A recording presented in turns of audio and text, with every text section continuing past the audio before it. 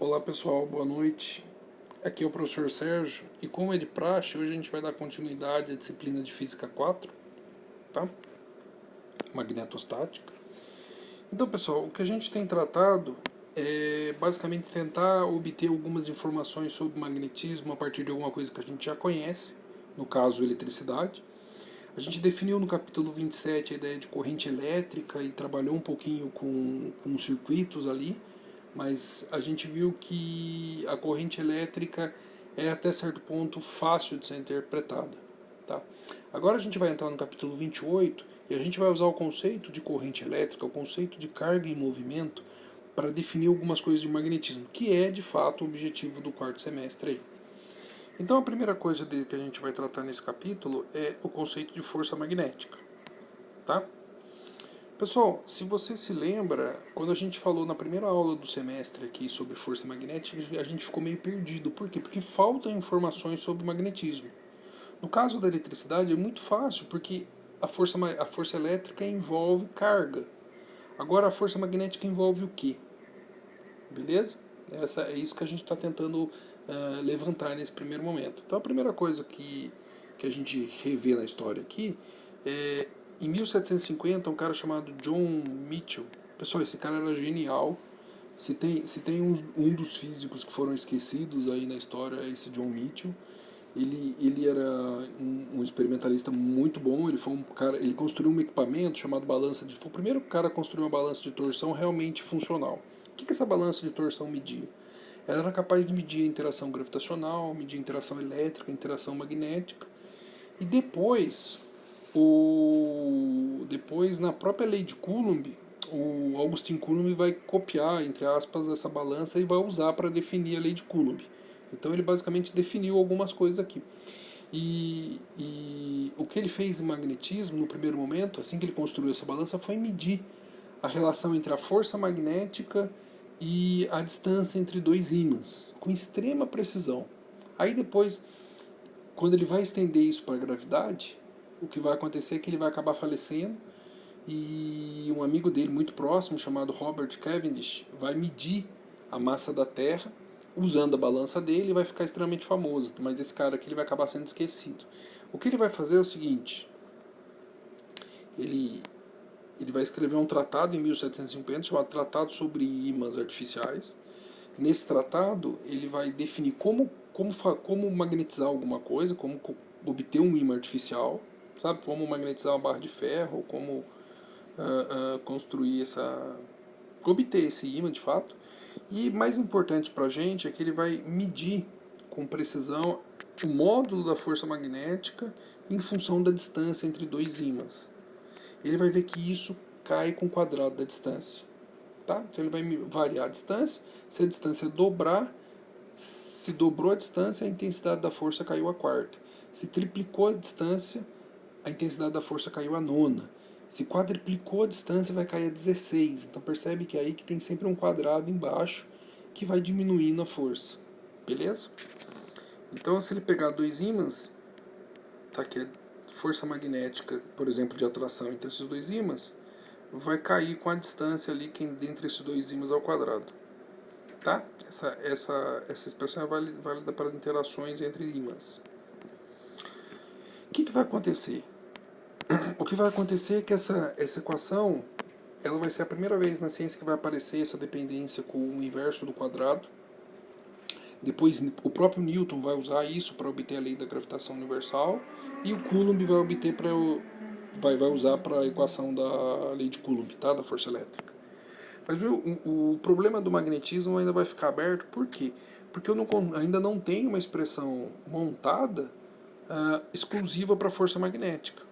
Por quê, professor? Porque, olha, se a gente olhar a expressão parcial que ele tem aqui, é só uma dependência de proporcionalidade, falta um termo aqui na parte de cima. Falta um termo que é a propriedade elétrica do meio e provavelmente a propriedade elétrica do ímã, tá ok? Dos ímãs envolvidos. Então a gente tem que tirar alguma coisa de algum lugar. Então vamos começar aqui a falar sobre força. É óbvio que a força entre ímãs ainda vai ficar um ponto aberto aqui. Mas o que vai acontecer? Dois cientistas bastante famosos, o o John Thompson e o Oliver Herstein vão estudar a interação da força magnética quando eu ponho algum objeto carregado dentro de um campo magnético. Professor, mas por que isso é mais fácil? Porque as propriedades de um objeto carregado eletricamente eu já conheço. E eu vou fazer a relação agora com o magnetismo. Então vamos analisar o que esses caras fizeram. Então eles fizeram o seguinte, eles obtiveram a força magnética para um corpo carregado dentro de um campo magnético. Então, como construir esse campo magnético? Então ele pega ali um ímã, dois ímãs aliás, um norte e um sul. Quando eu aproximar um do outro vai surgir um campo magnético entre esses dois polos aqui. Esse campo magnético em tese é um campo magnético uniforme. Está ali, ó. E eu pego um objeto carregado, por exemplo, aquela bolinha ali com carga positiva. Pessoal, assim que aquela bolinha for arremessada com uma velocidade v, assim que ela entrar no campo magnético, o que vai acontecer é que ela vai sofrer um desvio. E o interessante é que esse desvio, presta bastante atenção nisso, esse desvio ele nem empurra a bolinha para baixo, nem empurra a bolinha para cima, ele empurra a bolinha para fora do plano da tela. Então aquele tracejado é a nova trajetória da bolinha. Então percebe uma coisa, ó. Se vocês olharem agora, vocês vão ver que o campo magnético está mais ou menos para cima, a velocidade está da esquerda para a direita, e a trajetória muda, empurrando a bolinha para fora. Ou seja, nem na direção de B, nem na direção de V. É no plano para cima, na direção perpendicular ao plano formado por B e V. Beleza?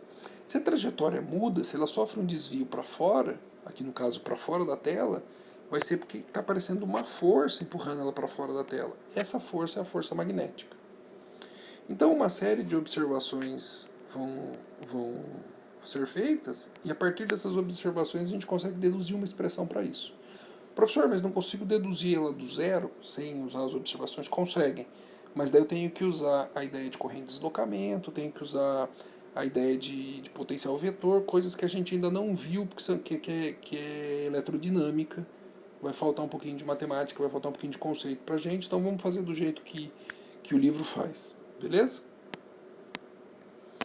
Então, vamos imaginar o seguinte, como foram feitas essas observações? Primeira coisa, ó, eu vou olhar a trajetória dessa partícula e vou fazer algumas inferências sobre a força magnética. Quanto maior for o desvio, quanto mais a trajetória se desviar do plano formado por B e V, plano, campo e velocidade, maior é o valor da força. Isso é óbvio. Então vamos pensar o seguinte. Primeira coisa, do que vai depender essa força magnética? Vai depender primeiro da carga. Ou seja, quanto mais eu carregar aquela bolinha e arremessar, maior o desvio. E se eu não carregar aquela bolinha, ela praticamente não sofre desvio. Então o valor da força depende do módulo da força, tá? Está escrito aqui o módulo da força. O módulo da força depende do valor da carga. Outra coisa, vai depender do valor da velocidade. Quanto mais rápido eu jogar aquela bolinha, maior a intensidade do desvio, ou seja, maior o valor da força. Outra coisa, vai depender também do campo. À medida que eu aumentar a intensidade desses ímãs, maior o desvio. Então a força magnética também depende do campo.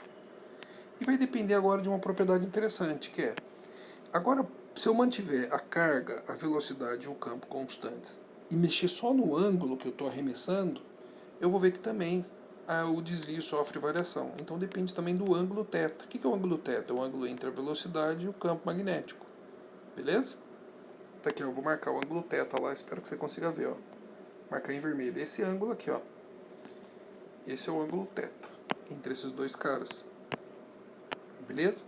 Então, à medida que eu mexer nisso, eu consigo mudar o módulo da força. Outra coisa, a direção. Pessoal, a direção vai depender do quê?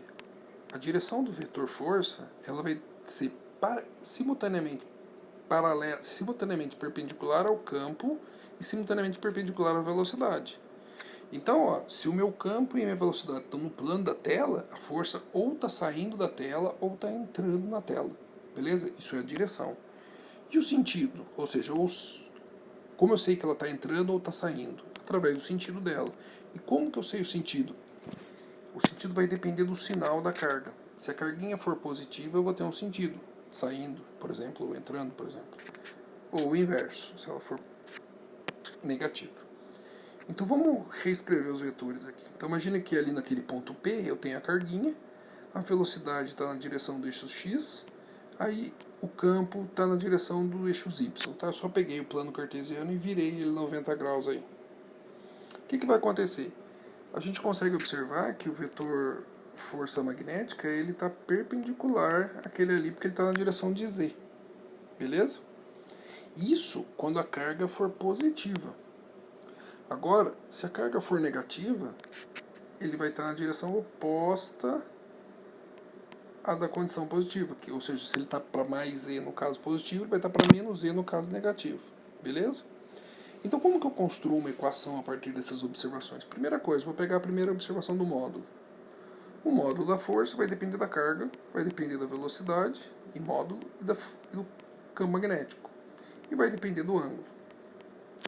Só que depender do ângulo, o ângulo sozinho não opera. Eu preciso ter um operador, seno, cosseno, tangente, assim por diante. Como que eu sei o operador? Vamos raciocinar um pouco. Pessoal, eu tenho dois vetores. Eu tenho dois vetores, esse vetor e esse vetor, e eles vão operar e resultar num terceiro vetor. E esse terceiro vetor, ele é perpendicular aos dois primeiros. Imagino que você deva lembrar o que está acontecendo aqui, então. Então, o que está acontecendo? Está acontecendo um produto vetorial. Então, dá uma olhada. Se eu tiver um vetor A e um vetor B, e eu escrever o produto vetorial de A vetor B, eu pego o primeiro vetor e com a mão direita varro do primeiro vetor para o segundo na direção do segundo ali, ó. Estou varrendo. Isso vai resultar, meu polegar vai indicar a direção do terceiro vetor, que é perpendicular simultaneamente a A e B, que é o vetor C. Ó.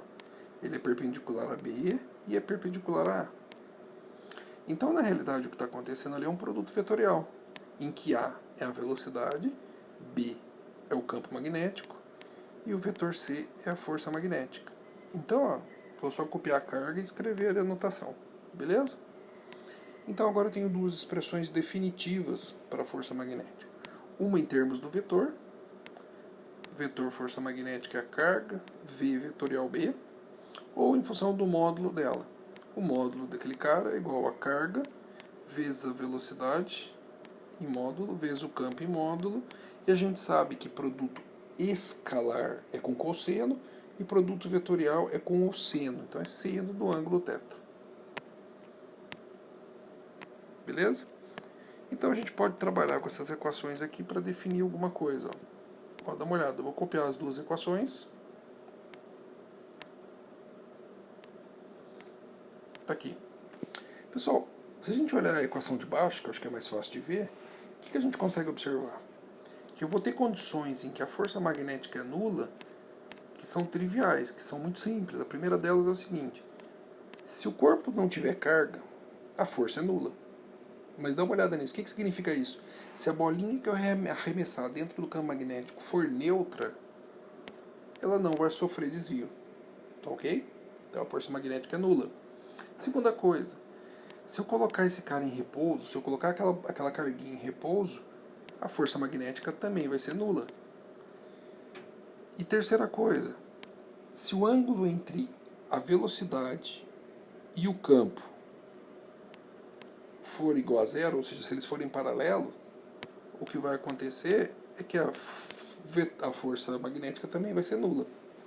E é óbvio que se o campo magnético for nulo, a força magnética é nula, mas daí não faz sentido algum, né? Falar em força magnética sem o campo magnético.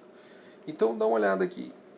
O mais importante que a gente pode ver é o seguinte, pessoal, concorda comigo que a força, acabei de dizer, a força, ela não é perpendicular à velocidade?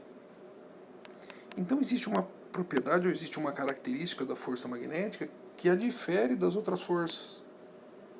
Então a gente consegue ver o seguinte, se a força magnética sempre é perpendicular ao vetor velocidade, que é depois do deslocamento, portanto a gente pode dizer o seguinte a respeito do trabalho realizado pela força magnética. Toda vez que eu aplico uma força, alguma coisa sofre uma variação na posição, é porque está rolando um trabalho. O que eu posso dizer a respeito desse trabalho? O trabalho em mecânica, o trabalho da força magnética no caso, é a força magnética, integral da força magnética vezes o deslocamento. O deslocamento, vezes aqui é o produto escalar, tá? O deslocamento, eu posso reescrever como a partir da velocidade. Lembra que V é igual a dr dt? Então eu vou pegar o dt e vou passar multiplicando V. Então eu posso escrever que dr é igual a v dt. Tá ali, ó. Vou reescrever isso agora. V dt. Então, ó, vai ficar o produto escalar da força magnética vezes a velocidade. Pessoal, o produto escalar envolve o cosseno. Como eles são perpendicular, cosseno de 90 é zero, então o trabalho realizado pela força magnética é nulo. Já vou mostrar com mais calma daqui a pouco. Vou demonstrar isso aqui rapidinho. Então, o que isso aqui mostra? Mostra que a força magnética ela não realiza trabalho. Tá? Ela não realiza trabalho sobre a carga aqui. O que significa isso? Ela não altera a energia cinética da carga. Então a carga ela se mantém com velocidade constante, é isso que é importante. O módulo da velocidade não muda. Se a carga entrou no campo com 3 metros por segundo, ela vai continuar com 3 metros por segundo. Professor, mas ela não vai sofrer um desvio? Sim. A única coisa que a força magnética faz é alterar as componentes do vetor força magnética. Aliás, do vetor velocidade. Então ele altera. Ele não mexe no módulo, ele só mexe na direção e no sentido. Tá? Então ele só mexe na trajetória da partícula. Beleza? Então, vamos ver um exemplo aqui.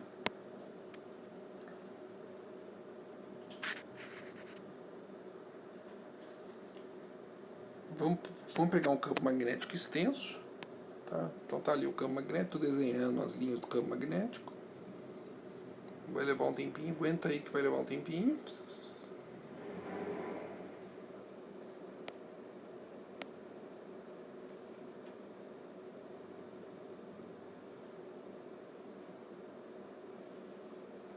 Tá aqui, estou desenhando as linhas do campo magnético, beleza?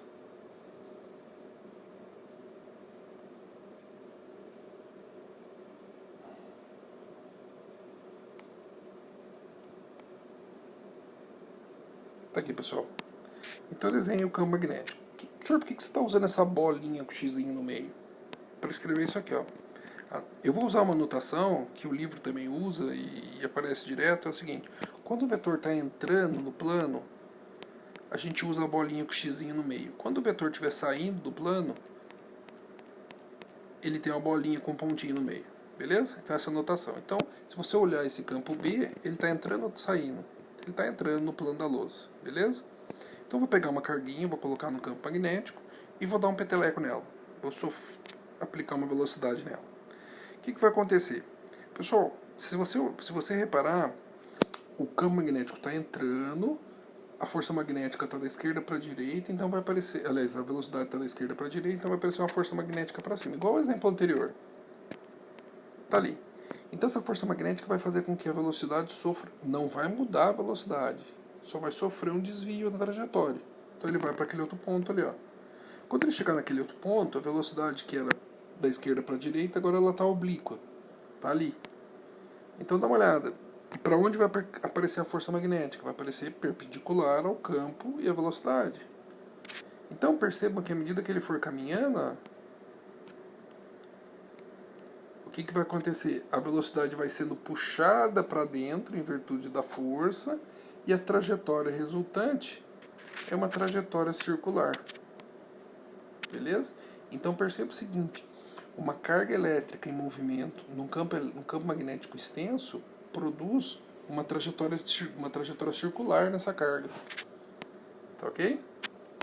Então a primeira coisa que você pode observar é o seguinte, um campo elétrico ele é capaz de acelerar uma carga. A aceleração é o produto da carga vezes o campo elétrico dividido pela massa. Um campo magnético ele consegue alterar a trajetória da carga sem mexer na velocidade. Ok? Então vamos ver um pouquinho sobre essa trajetória. Tá, se o campo magnético for aquele... Olha ali em cima, por gentileza. Se o campo magnético for naquela direção, naquele sentido, naquele vetor, uma carga positiva vai girar daquele jeito. Tá? É só analisar as direções, pessoal, não se prenda a isso não. Então dá uma olhada. Tá ali. Isso é análogo ao desenho que eu fiz aqui, pessoal. O campo magnético está entrando na lousa e a trajetória aqui acontece no sentido anti-horário. Mas esse anti-horário, o horário vai depender da direção que eu estou analisando, tá? Se o campo está entrando, é sentido horário, anti-horário. Se o campo estiver saindo, vai ser no sentido anti-horário.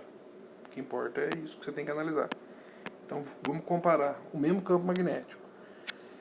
Se a carga for positiva, ela vai girar desse jeito. Se a carga for negativa para o mesmo campo, ela vai girar no sentido oposto.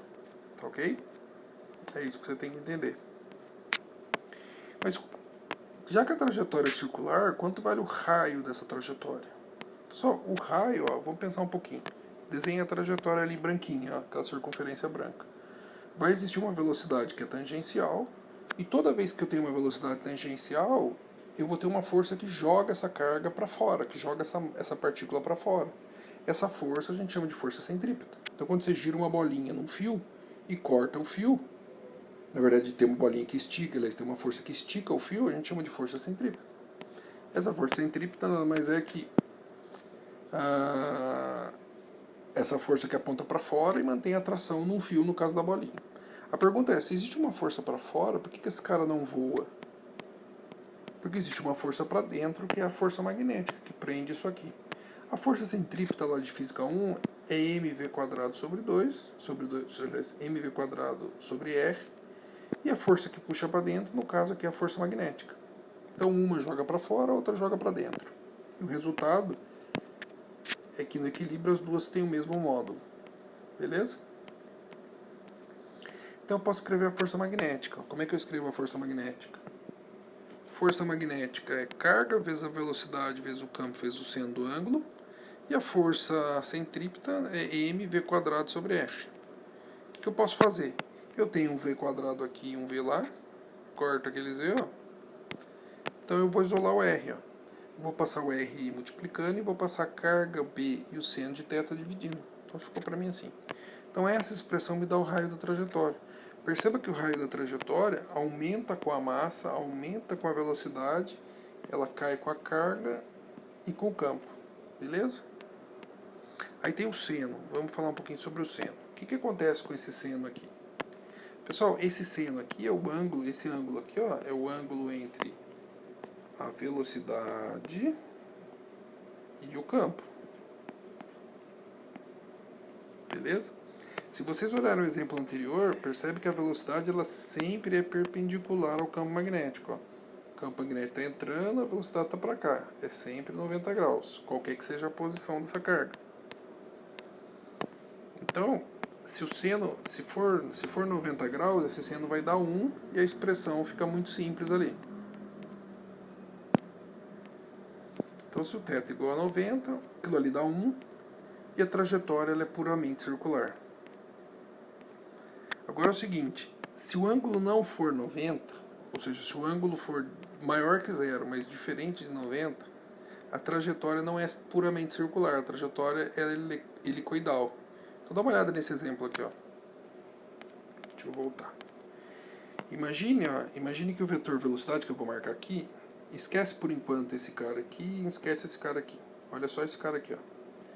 Esse vetor velocidade, ele não faz 90 graus, ó, ele faz um ângulo aqui, ó. Ele faz um ângulo aqui, beleza? Que é diferente de 90. Então, como que vai ser a trajetória? A trajetória vai ser uma série de circunferências deslocadas, com passo. Então, é uma espiral aqui, entre aspas.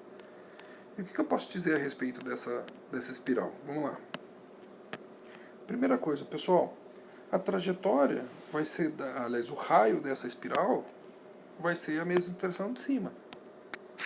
Vai ser ali, ó.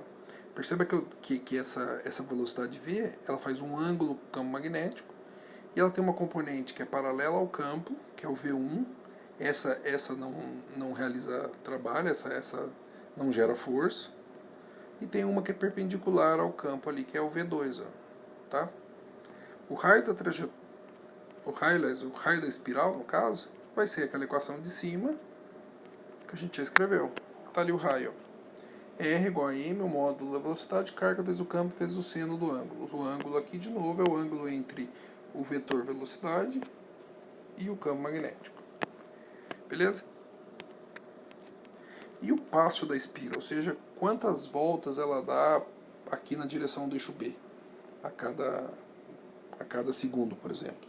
Pessoal, se você reparar, quem dita para mim a altura da espira é o V1. É essa componente que está na direção do campo. Então dá uma olhada aqui. Quanto maior for essa componente, se essa componente V1 for igual a zero, concorda comigo que ela vai girar no plano? Ela vai permanecer em trajetória circular. Mas à medida que o V1 for surgindo, mais rapidamente essa espiral, essa série de circunferências vão se deslocando. E a espiral vai crescendo. Então, esse aqui é o passo da espiral. Então, eu vou desenhar ali para você. Damos o V e o B. Beleza? Aquele é o ângulo θ. Então, ali é aquela componente que é paralela ao campo, que é V1. O que eu posso dizer a respeito do cosseno daquele ângulo θ? O cosseno de θ é cateto adjacente sobre hipotenusa. Então, eu posso escrever que V1, que é a velocidade de aumento, o passo da espiral, que é a componente paralela ao campo, é o valor da velocidade, tá? Da parte da carga, vezes o cosseno do ângulo. Então essa expressão de cima me dá o raio da espiral, e a expressão de baixo me dá o passo da espiral. Tá ok? Então essas são as duas propriedades aqui da trajetória de uma carga num campo magnético. O que eu estou demonstrando é aquilo ali, ó. Como é um produto escalar, olha lá dentro da integral, pessoal, para quem não observou, dá um bisu. O que eu estou fazendo aqui é que o slide acabou jogando para agora. É um produto escalar entre dois vetores, é o módulo primeiro, vezes o módulo do segundo, vezes o cosseno do ângulo entre eles. Como a força magnética faz 90 graus com a velocidade, cosseno de 90. Cosseno de 90 é zero, zerou tudo aquilo ali, por isso que o trabalho é nulo. Beleza? Então, vamos falar um pouquinho sobre uns exemplos aqui. Eu acho que o exemplo mais interessante e mais enriquecedor é a câmara de bolha. Pessoal, a câmara de bolha é um equipamento que foi criado no início do século aí, e ela é extremamente importante porque permitiu que a gente conseguisse estudar partículas elementares com bastante, aliás, com extrema facilidade. Você já deve ter se perguntado assim, como que eu sei que o elétron é negativo, o próton é positivo? Como eu sei que um elemento químico emite radiação, a partícula alfa, a partícula beta, a partícula gama? Como que eu sei que a massa da partícula beta é diferente da partícula alfa e assim por diante? Como eu sei tal coisa? Assim, como eu sei, por exemplo, que um quark existe e assim por diante? Pessoal, a câmara de bolha, ela permite que eu faça essa análise aqui, que eu consiga determinar a massa da partícula elementar, a carga da partícula, se ela tem carga ou não, e assim por diante. Dá uma olhada como ela é simples. Então imagina aqui que você tenha um campo magnético, esse campo magnético aqui está na direção de baixo para cima, tá? Aí tem um líquido ali, em geral é nitrogênio líquido, ele está num estado crítico aqui, está superaquecido. Eu ponho uma câmera lá em cima e eu vou tirar uma foto. Então o campo B está ali. Então imagina que uma partícula atômica qualquer, uma partícula elementar qualquer, entre nessa região do líquido aí. Então, por exemplo, imagina que eu coloquei isso aqui lá no alto do Everest, assim, aí uma partícula do espaço vai chegar. Beleza? É interessante observar que do jeito que eu coloquei, a velocidade da partícula faz 90 graus com o campo magnético. Então vamos imaginar que entre uma partícula A. À medida que ela entrar, ela vai deixar uma marca. Literalmente ela deixa uma marca. Vou mostrar para vocês um gráfico, uma foto. Ela deixa um rastro. Perceba que a partícula A deixou um rastro ali. A partícula B vai deixar um outro rastro. A partícula C um outro rastro. E a pergunta que o exercício faz para a gente é o seguinte: o que eu posso dizer a respeito das partículas A, B e C? Vamos analisar um pouco, pessoal. A força magnética é carga, velocidade, campo sendo do ângulo, e o raio é o que a gente acabou de ver, tá? Com θ igual a 90 graus ali, já que é o ângulo entre a velocidade e o campo aqui no nosso caso. Pessoal, dá uma olhada na partícula A. A trajetória da partícula A é uma linha reta. Ou seja, se é uma linha reta, tem uma trajetória retilínea, significa que ela não sofre desvio. Significa que a força magnética não age sobre ela. Então, para a força magnética não agir, onde a velocidade é diferente de zero e onde o campo é diferente de zero, é porque a carga dela é nula. Então, a partícula A é uma partícula sem carga magnética, uma partícula neutra. Beleza? Poderia ser um nêutron, por exemplo. Olha a partícula B. A partícula B ela entra e sofre um desvio na trajetória. Ela tem uma trajetória circular, tá? Se ela tem uma trajetória circular, ela tem uma carga que é diferente de zero, então é uma partícula carregada. E se a gente analisar o sentido de rotação dela em função do campo, ó, dá uma olhada, está o campo, está a velocidade. Se ela fosse positiva, a força magnética ia jogar ela para fora, mas a força magnética está jogando para dentro. Então a única situação é que essa carga seja negativa. Então a carga B é negativa. Olha a carga C. Olha a partícula C, aliás. Também tem uma trajetória circular, ou seja, também é uma partícula carregada. Se a gente olhar um ponto na trajetória dela, a gente vai ver que a velocidade está para lá, o campo está para lá e a força joga para dentro. Então a carga dela é positiva, carregada positivamente. Outra coisa, se vocês observarem a trajetória circular da partícula B e da partícula C, eles têm tamanho diferente. Isso pode indicar o seguinte: a massa de C e B é diferente, a carga de B e C pode ser diferente e assim por diante. Então, se eu tivesse uma régua e medisse o raio dessas trajetórias, eu conseguiria determinar até a massa da partícula ou até a carga da partícula sabendo alguma outra informação. Beleza?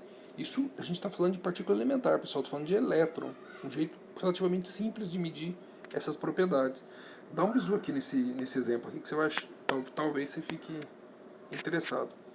Pessoal, é uma coisa muito comum a gente falar, ouvir hoje em dia antimatéria. Mas o que significa antimatéria e quando que se observou a primeira vez antimatéria?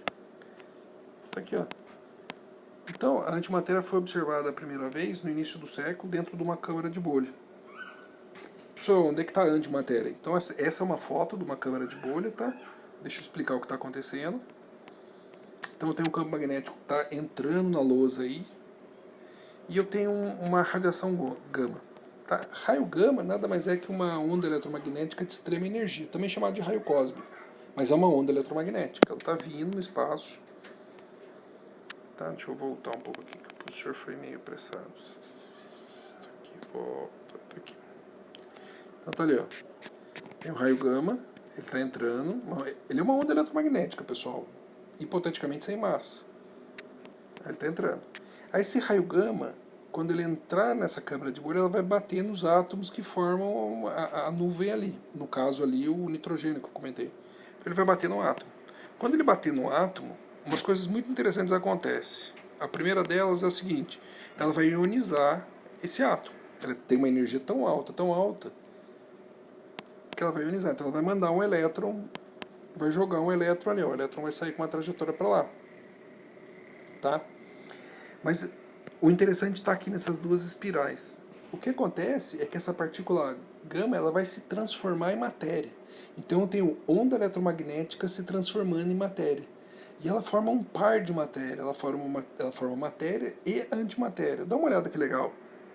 Ó, você vai olhar aqui embaixo que ela forma uma espiral que gira num sentido, uma trajetória circular de um sentido. Professor, mas por que não é circular e é uma espiral fechada que vai fechando? É porque aí tem atrito, tá? Como tem atrito, a energia cinética vai sendo perdida até que ela para lá. Mas por isso que não é uma circunferência perfeita. A gente está desconsiderando o atrito lá. Mas olha aqui, eu tenho um elétron aqui. E a antimatéria do elétron, não sei se vocês já ouviram, é o pósitron. Então dá uma olhada ali, ó, a câmarazinha de bolha permitiu a identificação do pósitron. Então eu tenho o elétron e tenho a antimatéria do elétron. Professor, qual a diferença? É o sinal. O pósitron é um elétron de carga positiva. Beleza? E o mais legal disso tudo é que você tem onda eletromagnética, você tem uma onda eletromagnética se transformando em matéria. matéria e antimatéria. Tá? Então, esse é o funcionamento. Basicamente, uma partícula carregada andando num campo magnético. Se você digitar câmara de bolha ou câmara de nuvem ou cloud chamber, você vai ver um monte de foto disso, você vai ver as trajetórias lá, quem sabe você se interessa por alguma coisa. Pessoal, o legal, voltando aqui para o nosso conceito, é que temos uma primeira expressão para o campo magnético. Professor, como? Olha que a força, ó. Força magnética é carga, velocidade de campo, seno de θ. Se eu isolar o campo, eu posso dizer que é a força dividido por carga vezes a velocidade dividido pelo seno. Pessoal, então aquilo ali é o campo magnético. Vamos ver a unidade. Unidade de força, Newton. Carga, Coulomb. Velocidade, metros por segundo. Se eu passar o segundo ali, dividindo, aquilo ali é corrente. Então é Newton, ampere vezes metro. Pessoal, a unidade de campo magnético é essa aí. Percebe que a partir de uma coisa de elétrica, uma grandeza puramente elétrica que é a corrente, a gente consegue definir uma unidade. Mas dá para dar uma melhorada. Newton, ampere vezes metro, é conhecido como Tesla. É a unidade de campo magnético aí, no sistema internacional. Existe uma outra unidade que é fora do sistema internacional, que é o Gauss. Beleza? É o sistema CGS. Para você ter uma ideia daqui da conversão, 1 Tesla equivale a 10 mil Gauss. Então 1 Tesla é 10 a quarto Gauss. Só para dimensionar isso, o campo da Terra, o módulo dele é meio Gauss ou 10 a quinta Tesla. Tá ok? 10 a menos 5 Tesla. Beleza? Então aqui a gente já está começando a desvendar o magnetismo aí. Tá começando, a gente já tem uma unidade. Aí a gente vai começar agora a ver o seguinte. E a força magnética agindo sobre um fio?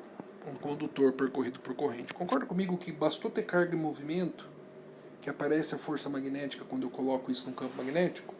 Então como que eu posso ver a força magnética num condutor? Então, imagina que eu pegue um fio, esse fio está percorrido por uma corrente A, eu vou lá e pego uma fatiazinha do fio, que eu vou chamar de ds. Tá?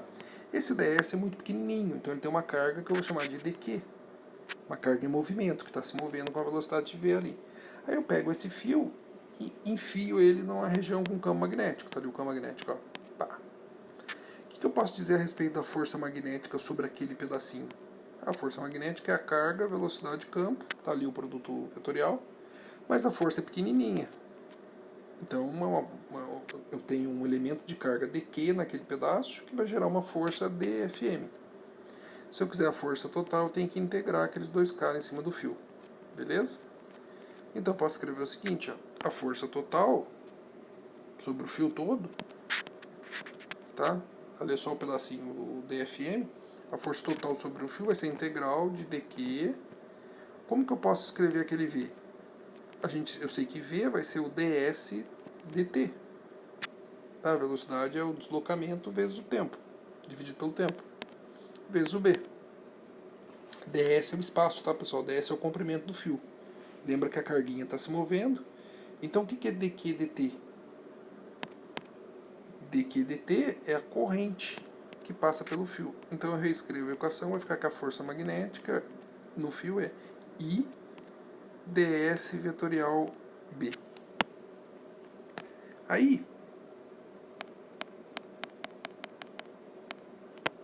se você olhar ali, ó, professor, mas eu não entendi aqui por que ficou ds dt.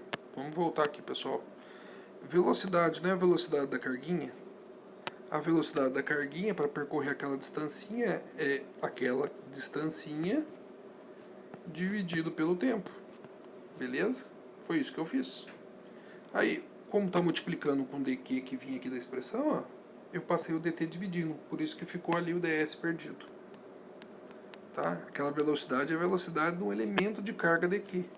Desse elementozinho de carga dq que está naquele espaço ali que eu vou pintar de vermelho. Ó. Aquele pedacinho vermelho.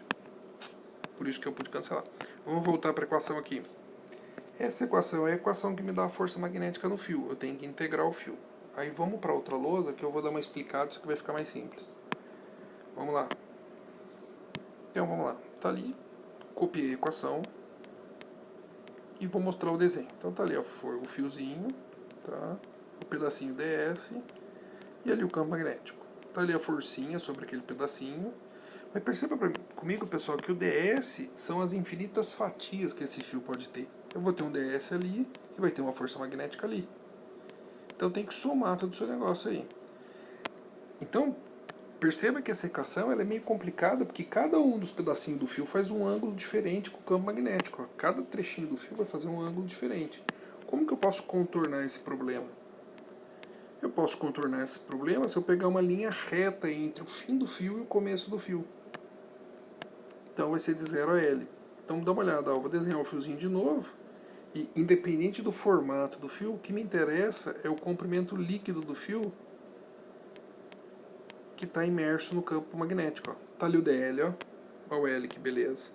Não importa o que o fio faz, o que importa é o comprimento, é aquele troço ali todo, de lá até lá. Beleza? Do começo do fio aqui, aquele negócio, aquela porcariada toda ali, que vai ficar difícil de resolver, fica assim. Força magnética é I vezes L ali, vetorial B. Ou, se eu escrever na forma dos módulos, é o módulo de I vezes o módulo daquele comprimento efetivo L ali, que está imerso no campo, vezes o campo magnético, vezes o seno do ângulo entre eles. Tá? Pessoal, o ângulo aqui, ó, vou só mostrar o ângulo é esse cara aqui, ó. Olha o teto ali, ó. Esse aqui é o teto. Tá?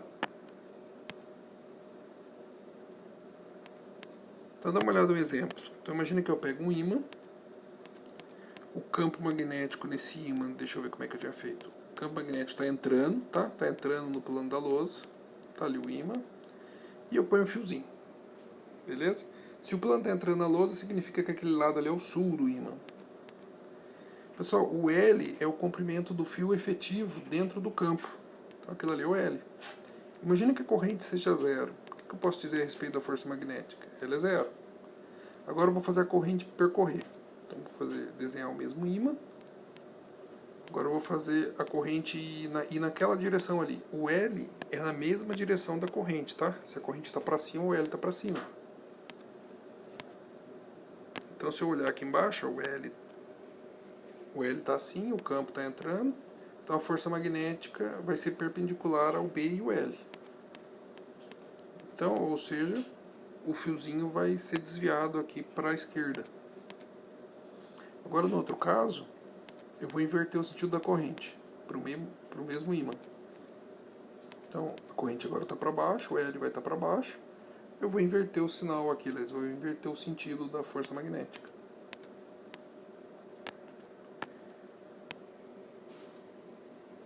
Então com isso a gente consegue definir a força magnética sobre um fio. Tem bastante exercícios aí para eu deixar para vocês depois resolver, mas a gente vai atacando com calma. Agora vamos falar um pouquinho sobre momento magnético. Lembra-se que a gente está tentando construir uma equação para força magnética a partir de uma grandeza que a gente conheça. A gente começou a atacar a eletricidade por isso. Então vamos definir um tal de momento magnético. Senhor, o que é o momento magnético? Vamos imaginar o seguinte. Imagine que a gente tem uma espira retangular de lado A e B. Tá? E ela é percorrida por uma corrente constante de valor I. Tá ali, ó. Então, imagina que aquela espirazinha retangular está sendo percorrida por I. Aquele lado menor é A e o outro é B. Mas não faz a menor diferença nessa notação. Aí eu venho e coloco ela no plano e faço um campo magnético entrar ali. Então o que vai acontecer? Pessoal, se a gente analisar as direções, a gente vai ver que esse lado da espira vai aparecer uma força magnética. Aquele lado da espira ele é paralelo ao campo magnético, consequentemente a corrente e B são paralelos e FM é igual a zero. Aquele outro lado, o B é perpendicular à corrente, então vai aparecer uma força magnética. E lá em cima, de novo, é paralelo e vai ser nula. Agora vamos ver com calma cada uma delas. Imagina o trecho 1 ali. O trecho 1, eu vou ter uma força magnética que é o valor da corrente, vezes o comprimento do fio naquele trecho, o comprimento é o Bzinho, vezes o valor do campo, vezes o seno do ângulo de 90 graus. Tá? 90 graus é o ângulo aqui, ó, pessoal, entre... Eu vou tentar desenhar aqui, presta atenção, ó, 90 graus é esse ângulo aqui, ó, o ângulo entre I e B. Beleza? Então aqui é 90 graus. Então o valor da força magnética é aquilo ali. No trecho B, ó, percebe que I está para lá e o campo magnético também está para lá. Então, o seno aqui vai ser seno de zero, que é igual a zero. No trecho 3, acontece a mesma coisa que aconteceu lá no outro trecho, no trecho 1. Seno de 90, está ali. No trecho 4, acontece a mesma coisa que no trecho 2, em que o seno de zero é igual a zero e o reduz anula o valor da força magnética. Então, pessoal, se vocês repararem, eu tenho uma força que puxa o lado esquerdo da espira para fora e uma força que empurra o lado direito da espira para dentro. Isso vai aparecer aqui um binário, uma força que tende a girar essa espira. Então, se eu olhasse essa espira aqui de baixo, ó, eu veria o seguinte: um lado é puxado para cima, outro lado é empurrado para baixo. Se eu desenhar um eixo aqui, você vai conseguir ver aqui no desenho que eu estou fazendo. Então, ele é um eixo de rotação, em que o centro da posição desse eixo de rotação equivale a metade do A, metade daquele lado ali. Então, isso aqui vai tender a girar. Tá? Se vai tender a girar, então vai aparecer uma grandeza física chamada torque. Lembra que a força causa deslocamento, a força causa translação. O torque causa rotação. Tá? O torque nada mais é que o momento de força, que é definido como F escalar, F vetorial, o braço de alavanca, mas aqui eu vou escrever na forma dos módulos. Tá? Então o módulo do torque é o módulo da força, vezes o módulo do momento, vezes o momento aqui que eu estou dizendo é o braço de alavanca, vezes o seno do ângulo entre eles. Então eu vou reescrever esse cara aqui, ó. Então o torque total vai ser o torque causado pela força Fm1 ali e a Fm3. Senhor, por que as outras não são torque? Porque elas são nulas. Nem vou perder tempo calculando o torque sobre elas. Então, qual que é o torque sobre F1? A força magnética vezes o braço de alavanca. O braço de alavanca ali é metade do comprimento A, vezes o seno. Se a gente reparar aqui, é o ângulo entre o braço de alavanca e a força. Ó. Concorda que aqui é 90 graus? Tá aqui. E aqui também vai ser 90 graus. Então tá ali. Do outro lado, a força 3 vezes o braço de alavanca, que é a outra metade de A, vezes o seno 90. Então o torque total é... Eu vou substituir no lugar da força a equação que a gente tem ali em cima, Fm1, depois o valor da força que a gente tem ali em cima, vai ficar assim. Então o torque total vai ser, se eu somar aquelas duas parcelas, eu vou ter I igual a A vezes B vezes o valor do campo. Pessoal, o que é o produto A vezes B? O produto A vezes B é a própria área da espira. Tá? Então eu posso escrever que o torque total é o produto de I vezes a área vezes o campo. Pessoal, o interessante é o seguinte: esse produto da corrente vezes a área é definido como momento magnético no caso dessa espira. Então o momento magnético ele responde pela propriedade magnética da espira. E nada mais é que o produto da corrente que passa na espira pela área da espira. Definido como ampere vezes metro quadrado. Então dá uma olhada aqui se a gente comparar. Eu vou escrever a equação do torque, então eu posso escrever o torque como sendo I vezes A vezes B, e o I vezes A é um momento magnético. Então fica só μ vezes B. Se a gente comparar o campo magnético gerado por uma espira com o campo magnético gerado por um ímã, você vai ver que eles são muito parecidos. Então, tanto no caso da espira como no caso do ímã, ou como no caso de qualquer objeto com um campo capaz de gerar campo magnético, a propriedade que você tem é momento magnético. Então dá uma olhada naquela espira. Ó. Ela é percorrida por uma corrente naquele sentido, e eu gero aqui pela mão direita, eu alinho os meus dedos com o campo, tá? Com a corrente, e o meu polegar com a mão direita vai me indicar a direção do momento magnético. Então o campo magnético está ali. Se eu olhar o ímã, eu vou ter absolutamente uma condição muito parecida. Então o que está acontecendo dentro do ímã é algo muito parecido com o que está acontecendo na espira, em que eu tenho um momento magnético. Então a propriedade magnética responsável pelo magnetismo do ímã é o momento magnético. Tanto o magnetismo do ímã, como o magnetismo da espira e assim por diante. Então, no caso da gravidade, a gente viu que é a massa. No caso da eletricidade, a gente viu que é equivalente à carga. E no caso do magnetismo, é equivalente ao momento magnético. Beleza? A gente vai entrar com isso com mais detalhes no próximo capítulo, no capítulo 29, que é a fonte de campo magnético. Aí a gente vai tentar atacar microscopicamente a origem desse magnetismo aí. Tá ok, pessoal? Alguma dúvida é só chamar lá no grupo. Eu gostaria que vocês tentassem terminar a lista que vocês já têm e postassem lá no EVA. Tá? Qualquer coisa, me manda mensagem no WhatsApp que eu dou um jeito de tirar as dúvidas. Forte abraço, pessoal.